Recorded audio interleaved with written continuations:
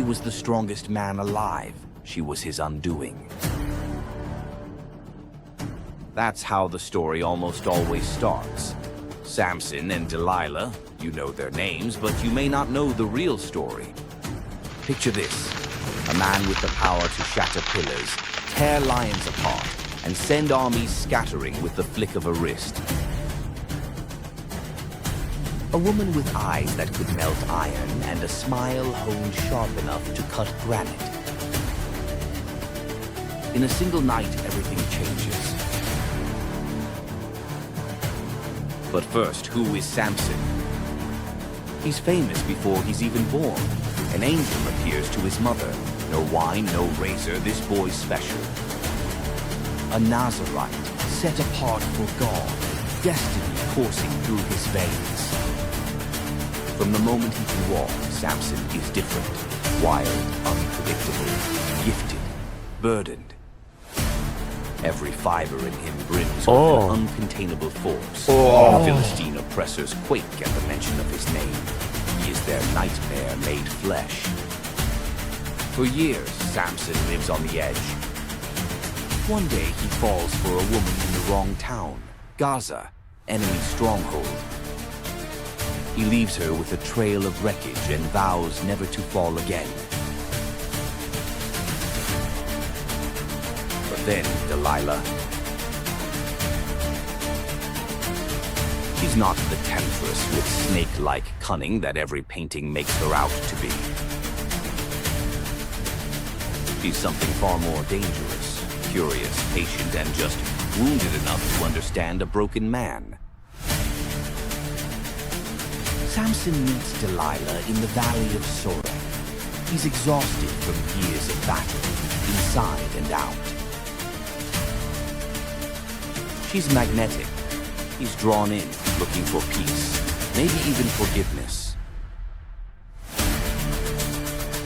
She asks questions, listens. She never interrupts when his nightmares spill out in the dark.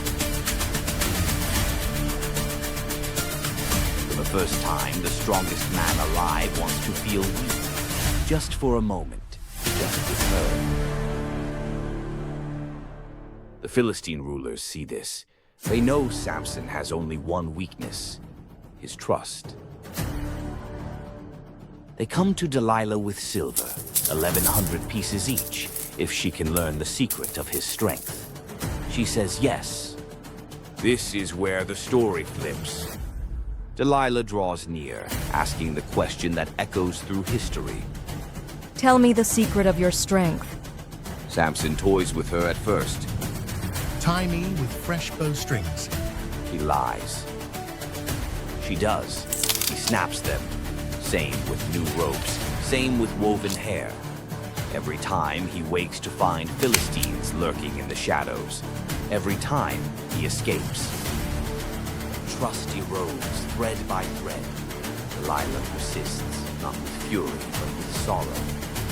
How can you say, you love me, when your heart's not with me? It's agonizing, not in violence, but in vulnerability. We've all been there, wanting to be known, afraid to be exposed.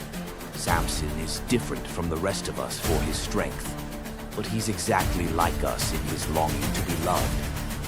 On the fourth time, Samson cracks. He gives her his heart, his real deepest truth. No razor has ever touched my head. If my hair is cut, my strength will leave me, and I'll be like any other. She lulls him to sleep, a trust so fragile, resting in her lap. She gently calls for someone to shave his head, lock by lock.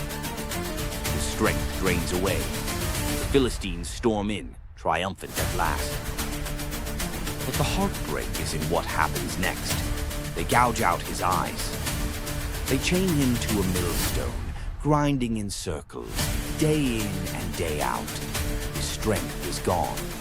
Delilah disappears from the record, her fate unknown, swallowed by the silence. But Samson isn't finished. In his darkness, his hair begins to grow. He realizes the real strength was his calling. The Philistines celebrate, bringing him to their temple for sport. He stands between the pillars and prays. With a final surge, he pushes. The temple collapses. True strength survives what's taken. It's what you rebuild from the wreckage. Which is mightier, the arms that pull down pillars or the heart that risks love? Both he and his captors are buried in the rubble, his life ending with one final act of purpose. What do we take from this story? Samson gave Delilah his heart, and she took his strength.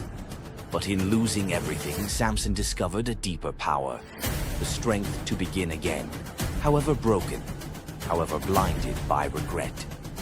When the person we trust most turns our weakness into their weapon, what's left? Maybe it's this. True strength survives what's taken from you. It's what you rebuild from the wreckage. And every time the story is retold, the question lingers. Which is mightier, the arms that pull down pillars or the heart that risks love in the first place?